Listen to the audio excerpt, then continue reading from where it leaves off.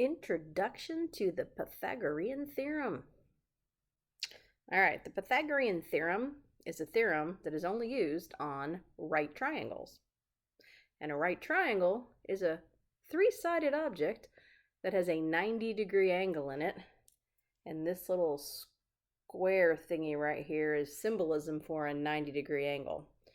And the Pythagorean theorem says if you take a squared plus b squared, it's going to equal c squared.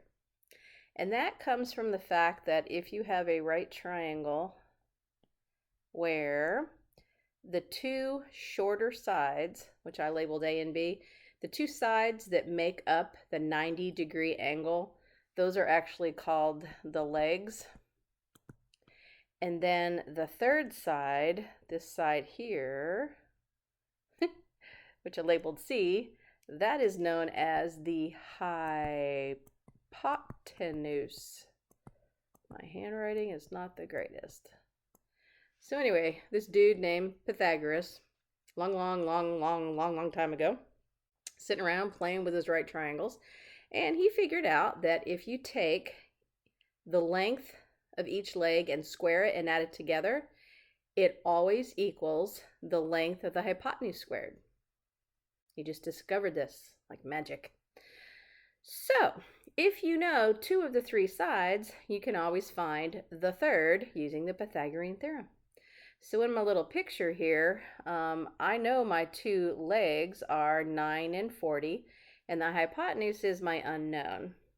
So I'm going to put the 9 where the A is, the 40 where the B is, and the X where the C is. And I need to solve for X. So on the left side of the equation, I got nothing but math over there. I got 9 squared plus 40 squared. Going to simplify that by the order of operations. 9 squared is 81. 40 squared is 1600. On the right side, I still just got x squared. 1600 plus 81 would be 1681. And I kind of ran out of room, so follow me. If you want to solve for x, you're trying to get rid of the square. So I'm going to do the opposite of squaring, which is square rooting. And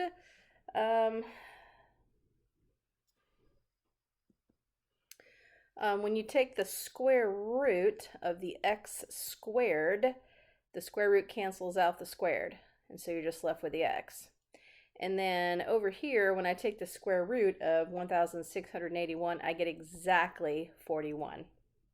So in this little box right here, I'm just going to stick in the 41, and that's my answer. They didn't give me any units like meters or inches. You know, out in the real world, you'd have some unit attached to that.